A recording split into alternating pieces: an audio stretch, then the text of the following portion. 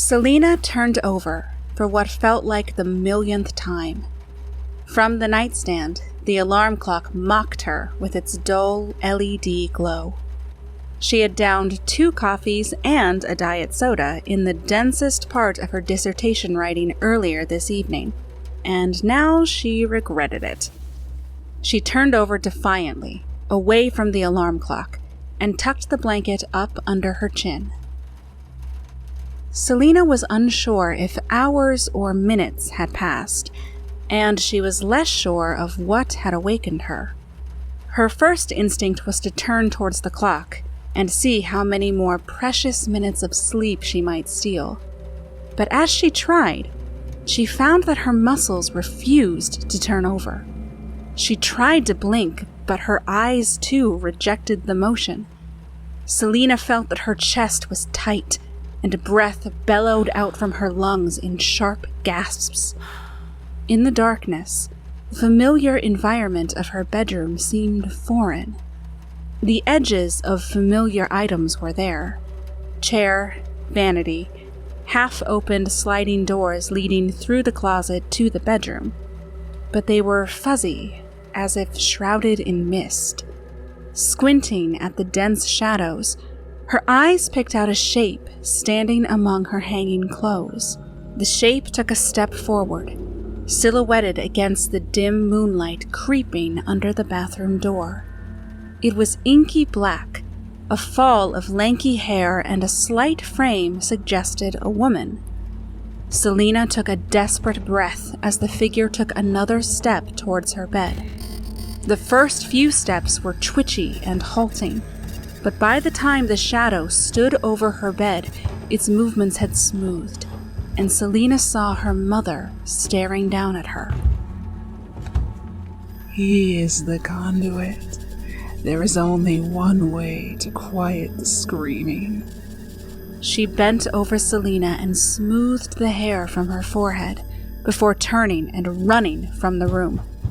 The pressure suddenly released, and Selina bolted upright in bed, sweat soaking through her nightclothes. She tripped, tangled in her sheets, and hit the floor hard, but she barely noticed as she sprinted for the stairs, following her mother.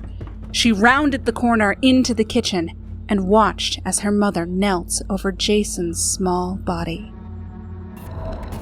The dark radio is silent. Now I can finally sleep. Her mother was smiling as she stroked the ruin of Jason's face.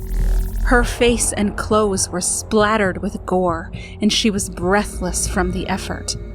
She had gouged out his eyes, leaving Jason a lifeless doll adrift on a growing lake of blood that spread slowly around him.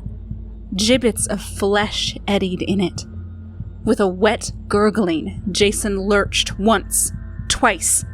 Then he sat upright, mouth open in a silent scream, empty eye sockets accusing Selina. Selina screamed herself awake. It was minutes before her heart stopped pounding and she caught her breath. She was standing in the middle of her bedroom. Bedsheets wound around her body like a funeral shroud. Her alarm clock was blaring.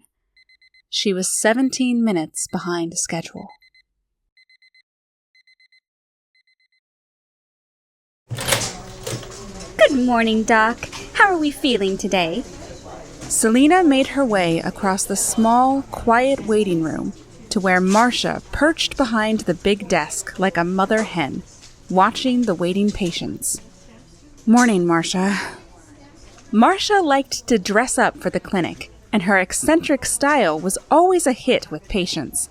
Today's outfit was a choice of teal and purple houndstooth skirt suit and a smart black silk blouse. She was partial to silk blouses. Oh, you know, living the dream. Selina laughed, rubbing her tired eyes. Is the dream a poor skincare routine and lack of sleep? Marcia raised an eyebrow, fiddling with the gold wedding band she wore on a chain around her neck. She wore it, Selina knew, to keep the memory of her husband close at hand. I guess it must be. I haven't quit yet. Of course not. You're tougher than that. Marcia handed a fresh cup of coffee to Selina before picking up a retractable pen to sign a stack of intake forms, clicking the pen after each sheet. Click, click, click, click. Behind you. Selina was still shaking the snow from her coat when Dr. Richards entered the psychiatry fellow's office. Burning the candle at both ends, huh?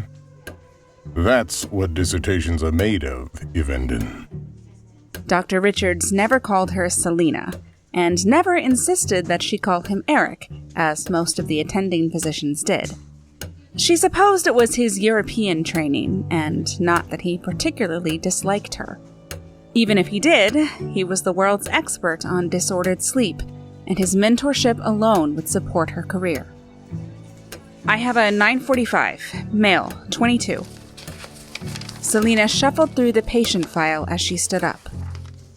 With a history of multiple parasomnias and recent regression to sleepwalking. Dr. Richards finished for her.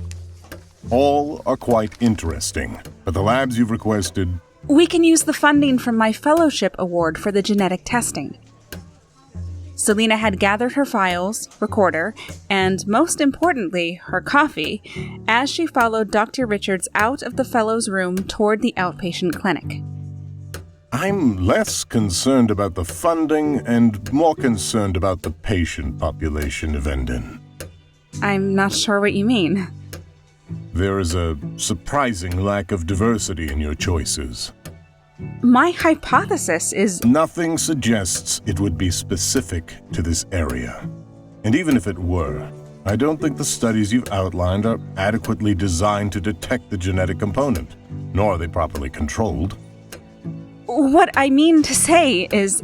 Selina stammered, unsure how to explain her need to understand, characterize, and clearly define the pathology of night terrors. You're an excellent scientist, Evenden, and an even better clinician. He laid a gentle hand on her shoulder, stopping her just outside of outpatient psychiatry. Your future patients will be lucky. You are uniquely suited to understand and sympathize with them. But I caution you to not let that passion cloud your judgment. Richard stopped just short of crossing the threshold into the outpatient clinic. The sheer volume of cases over the past 3 decades are... On par with incidences of disordered sleep. Occasionally, there are what seem like bursts or epidemics, if you will. Not just in the Northeast, but all over the world. That suggests a non-genetic component more than anything.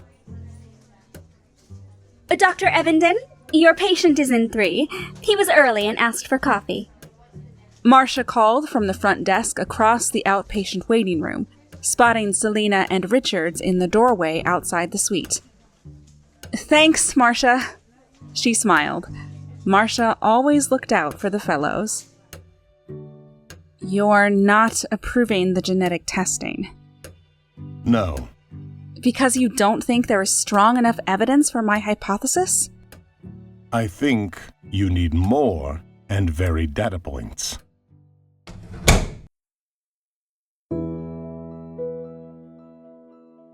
You look quite young for it, Doctor. Joshua Slight looked much older than his own 22 years. He had a nervous nail-biting habit that left his cuticles raw and bleeding.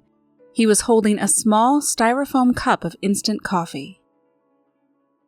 I'm not technically a doctor yet. Selina settled into the high-backed armchair on the other side of the coffee table, crossing her legs. Patients were seen in small, starkly modern sitting rooms. Dr. Richards insisted that playing the role of television psychiatrist put their patients at ease. People are comfortable with the expected, he told her. If they see you in a lab coat, loading a syringe, then they know how bad it is. You mean you haven't finished med school? I've done 2 years of med school, and this is my final year of the PhD. When I've graduated with that degree, I'll go back to the clinic to complete the final 2 years of medical school. That seems unnecessarily hard.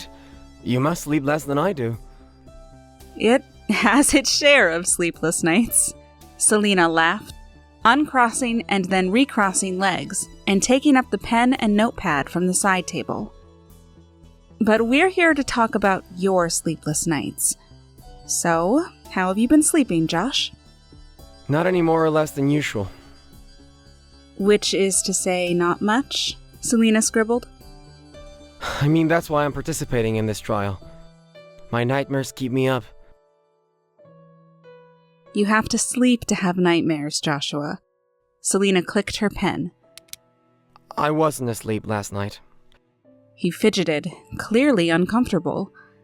Selena looked up from her notepad to see Joshua's million-mile stare into the rippling surface of his coffee. There's nothing you can say that will surprise me, I promise. Selena waited. It's happened before, but it's happening more and more now. Sometimes 3 or 4 times a week. I open my eyes, but I can't move. My entire body is paralyzed. I'm trapped there on my back, gasping, like a fish out of water.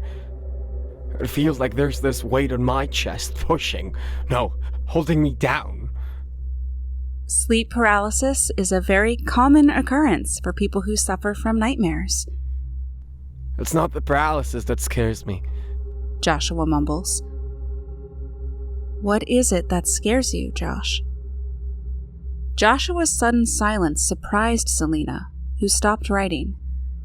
Uncrossing her legs, she leant forward to try and meet his eyes, but he recoiled back into himself.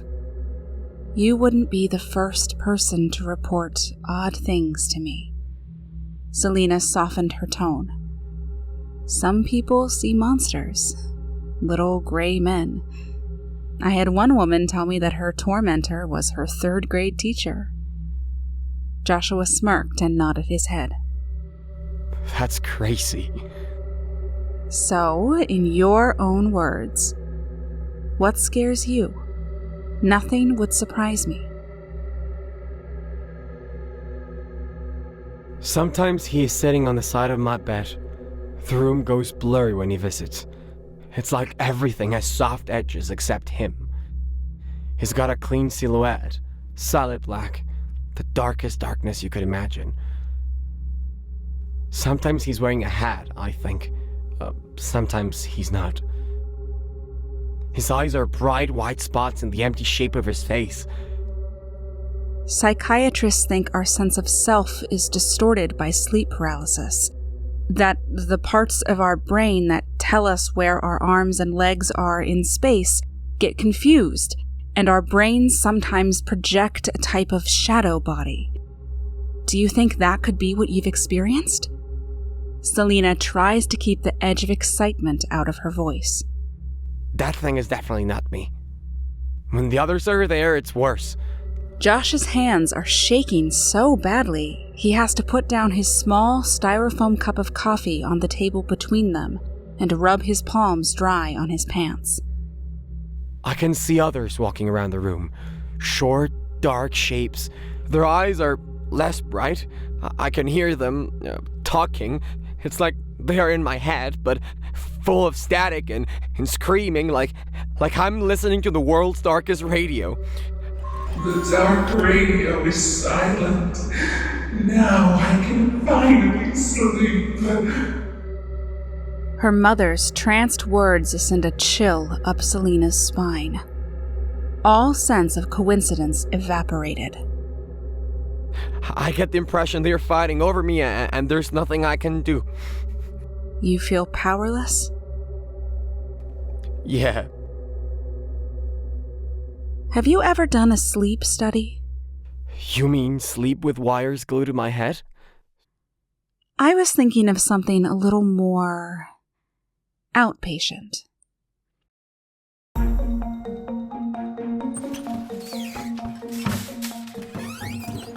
Selena hammered at her laptop, grateful for splurging on the soft touch keyboard.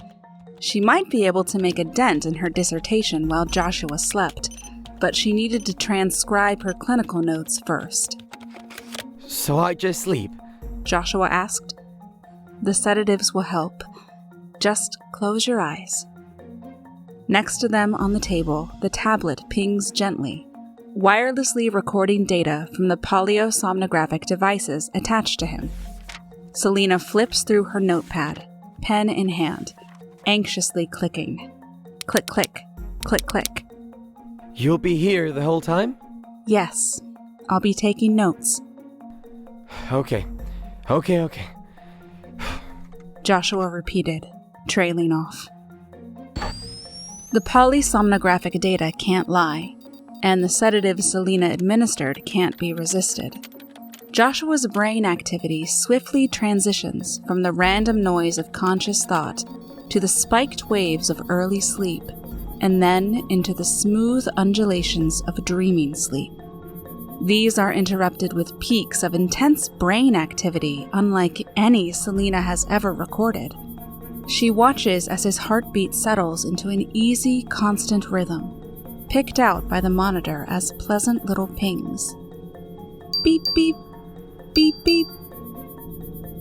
Selena listens as Joshua quietly drifts to sleep.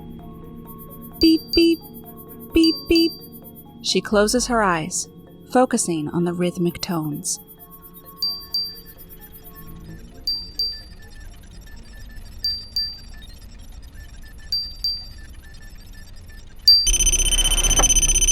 Selena wakes to the angry pinging of the tablet, pulling her focus back. Joshua's brainwaves have changed. Peaked, wake-like patterns disturb his slower sleep waves. His heart rate is dangerously high, the monitor emitting an almost constant wail. He is still dreaming.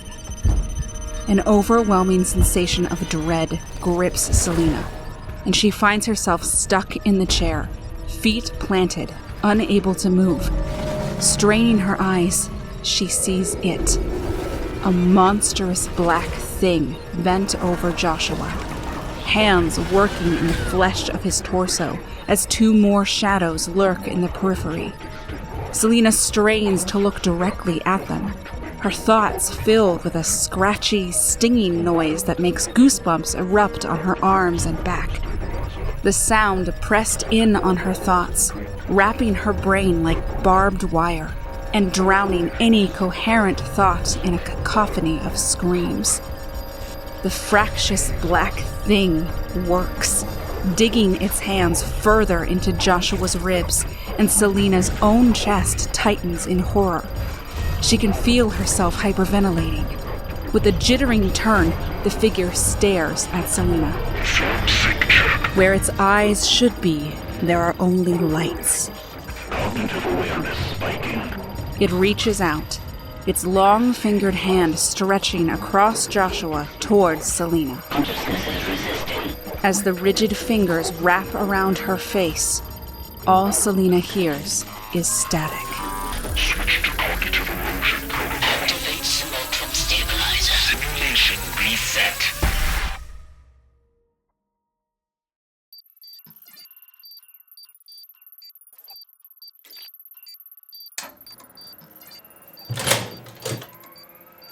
Hello, Selena. How are you feeling today? Dr. Sheeran asked, taking a seat at the far end of the long table and flipping to a clean page in her yellow legal pad. At the other end, Selena sat, clad in thin hospital trousers and a tattered jumper. Nylon over-the-lap wrist restraints kept her hands held tight to her lap. "I'd do better without these," Selena shrugged, unable to lift her hands. "The restraints are for your safety and mine. You know that." "I know all sorts of things." "Let's focus on the positive things. I think we've been making great progress these last few weeks talking about your dreams of graduate school." Dr. Sheeran uncrossed and recrossed her legs. "Why won't you let me talk about Joshua?" "Joshua? They visited him. I saw it. They got their hands in him." Selena tugged at her restraints. Where is he? Is he all right? Dr. Sheeran clicked her retractable pen and scribbled on the notepad. She clicked the nib away, fastidious about preventing ink stains and smudges. Click, click, click, click. I already told you this. How many times do I need to tell you the same thing? They are killing him. He could hear the broadcasts, like my brother. We're not the only ones. My data, my patients, Dr. Sheeran. You've never had any patients, Selena. And you're not in graduate school or medical school. You know this is the truth. And you know you can call me Marcia. Selena stared at the woman across from her, seeing her for the first time. You can hear it, can't you? She took in the pressed silk blouse, the pen in her hand. Click, click, click, click. She took in the delicate gold chain around her neck and the plain gold band hanging from it. The truth is, Mrs. Mary, you're not going anywhere. No. Dr. Richards knows. He can tell you. She's waking up. Was Dr. Richards a conduit too? What? Where is he? He can explain. He told me to get data, to get patients. You've never had any patients, Selena. Joshua! You are a patient. Patient. Selena blinked away the tears clouding her visions. She wanted to wipe at them, but the restraints made it impossible. She felt the familiar, oppressive weight of terror binding her and making every breath a struggle as she hyperventilated. Similarly, her thoughts fogged and became staticky, as if her brain were a car radio suffering interference. She's waking up. Simulation. Don't wake up now. Brain patterns are shifting towards lucidity. Using REM sync manipulator. Introducing false memories. Shift their perception.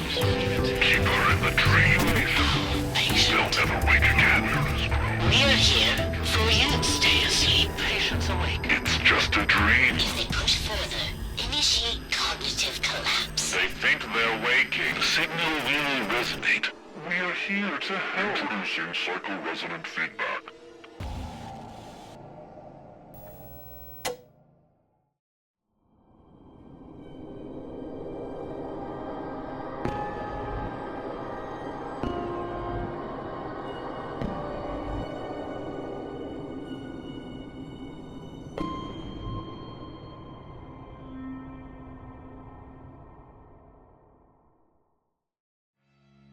Hello everyone! We hope you enjoyed this production of Parasomnia, written by E. Nicole Gary and performed by Lindsay Zana, Steven Zivic, and Valentin Angel Fernandez. Direction and production by Colin DeGraff. This story was first published as part of our Original Worlds call for submissions.